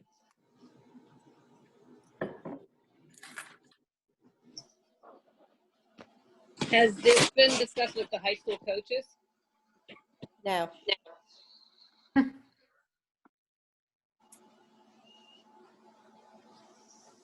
I mean, we could have a discussion with the high school coaches, but again, there's 5 games left for the season, not all of which are home games. We can, if we drag this out for 3 or 4 weeks, then sure, it won't matter at that point anyway. The season will be over. So just trying to do something to get these kids some normal behavior in their lives. That's all. Well, like Dr. Sarden says, and maybe instead of picking 5, maybe we could pick, say, 2 or 3. But there's not 5, Jared. That's 5 games for the rest of the season. Those aren't all home games.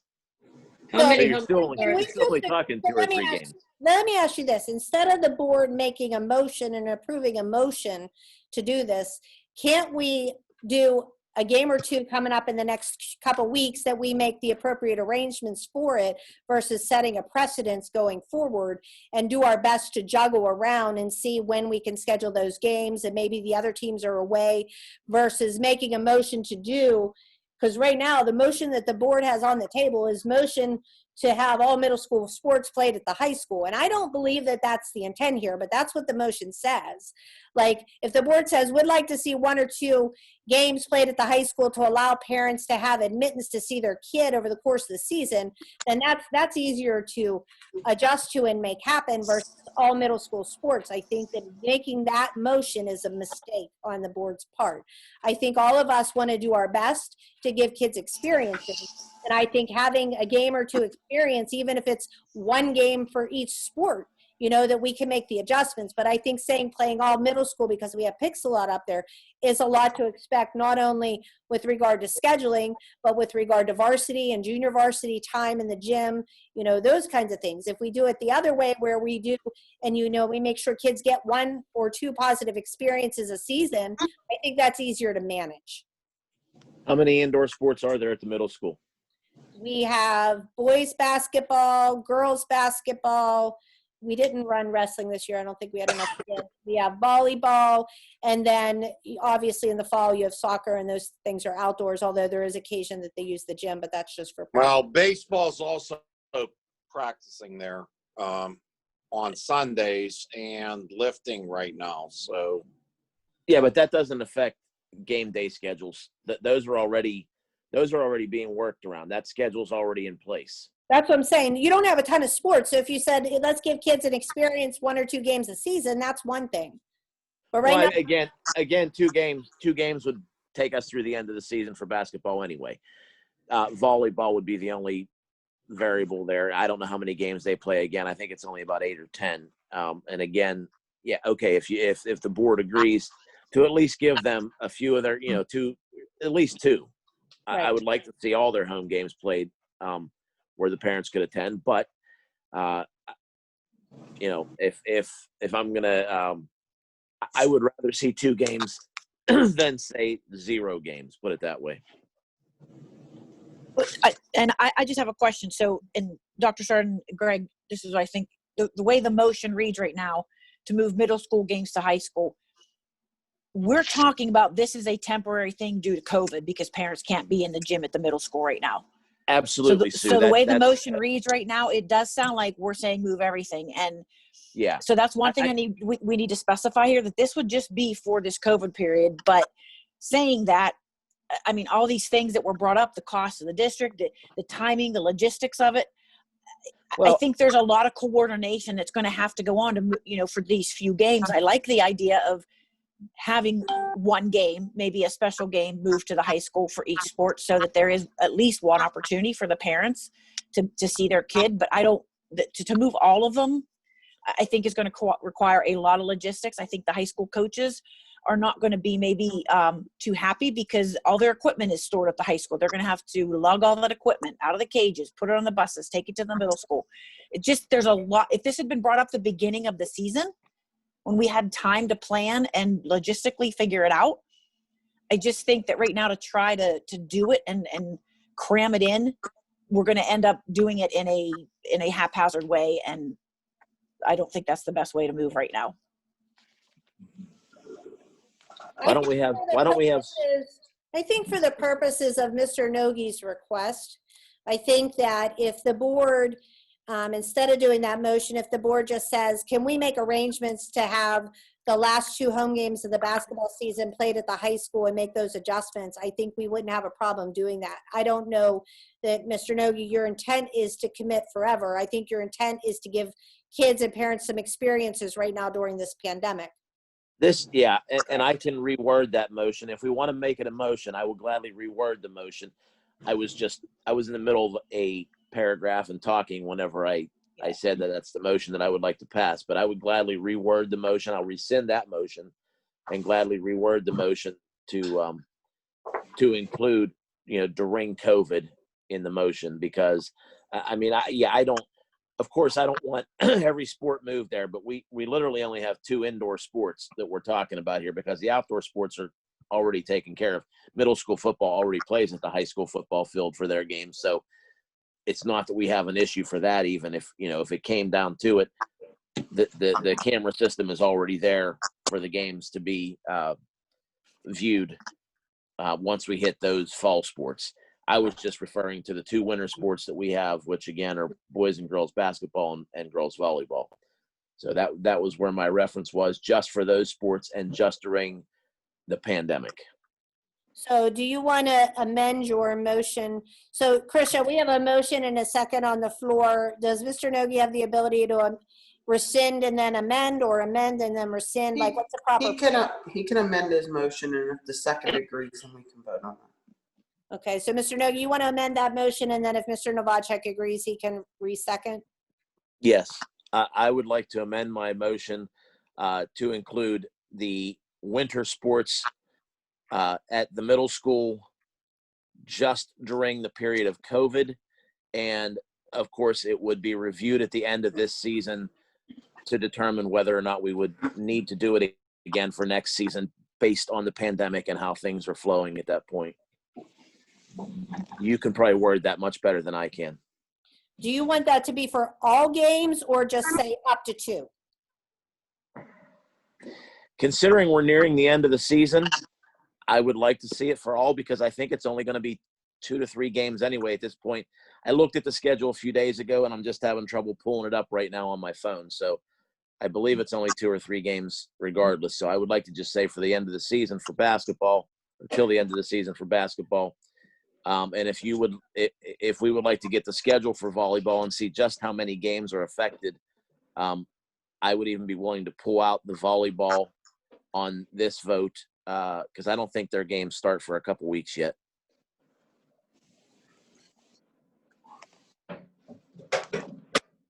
So with that amended motion, let me see if I caught this right. So there's a motion on the table for the board to support having middle school winter sports played at the high school during COVID for the remainder of the winter season of 2021. And Greg, that's girls basketball and boys basketball, basically. And volleyball, Yes. you're delaying that. Yeah, I think we should delay volleyball till I get. Again, I'm having trouble getting it pulled up on my phone here. I wanted to get the schedule so we knew exactly how many games we were talking about. So it's just going to be girls and boys basketball then. For the remainder of the 2021 middle school winter sports season. Yes. Which we believe to be 2 to 3 games approximately left. Yes. Okay. So motion by Mr. Nogi, a second by Novacek. Second by Novacek. Any board questions? We'll do a roll call vote.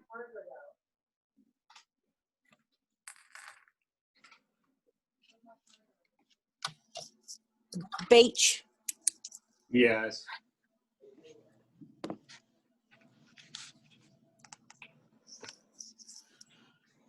Harvey.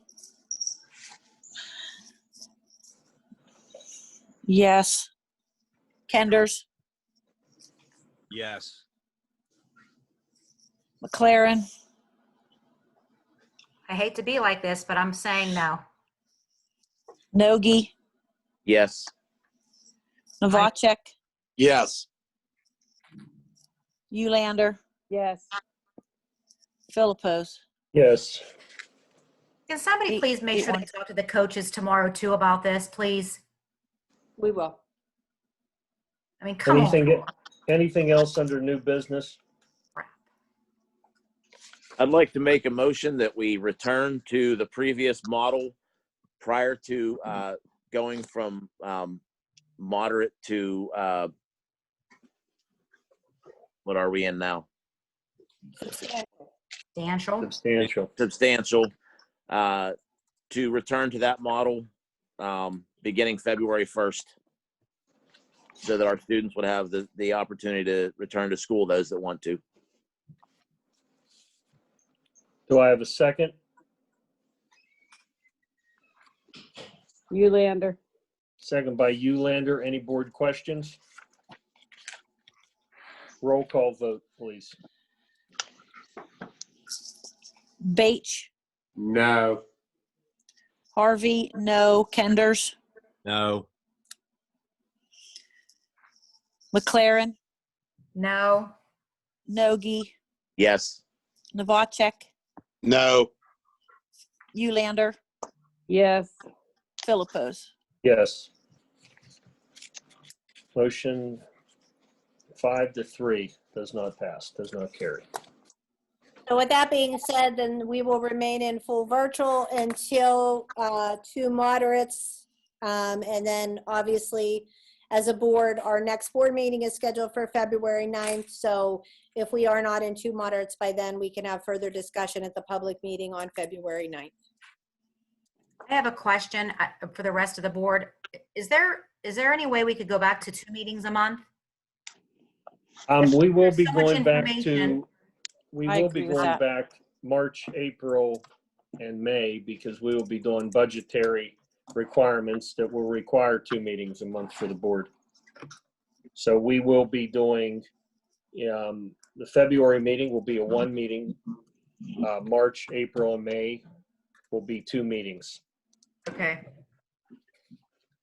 we try to get it down to one because, I mean, to be perfectly honest, my opinion is the prior years when me and Mr. Kenders were on there really wasn't much discussion. And, you know, Steve, I don't know if you can comment to that, but basically, we basically read the agenda through and, you know, then the next meeting we voted on it. And I know certain times there's need to have more board discussion, but Yeah, I was going I to think- commend the previous board on a 20-minute school board meeting was pretty good. I mean, I feel that we have so much information to go over that I'm scrambling to try to get it all. And a lot of times I have to vote no because I feel that I don't have enough time to review the information. I Well, agree, Nancy. I think that's why we were able to have the meetings we did, because we had the workshop meeting where we could discuss those things and get the information we needed and digest it before voting. we will go back to 2 meetings a month in March, April, March, and May. okay, thank you. March, April, and May. Any other board solicitors report? No, No my report was report. given an executive session. Thanks, Mr. President. Thank you. Anything under citizens' comments? None this evening. I need a motion to adjourn. The time is 9:13. So Harvey. moved. Motion by Harvey, a second. Nogi. Second by Nogi. All in favor, aye. Aye. Opposed? Motion carries. Good night, everyone. Good night.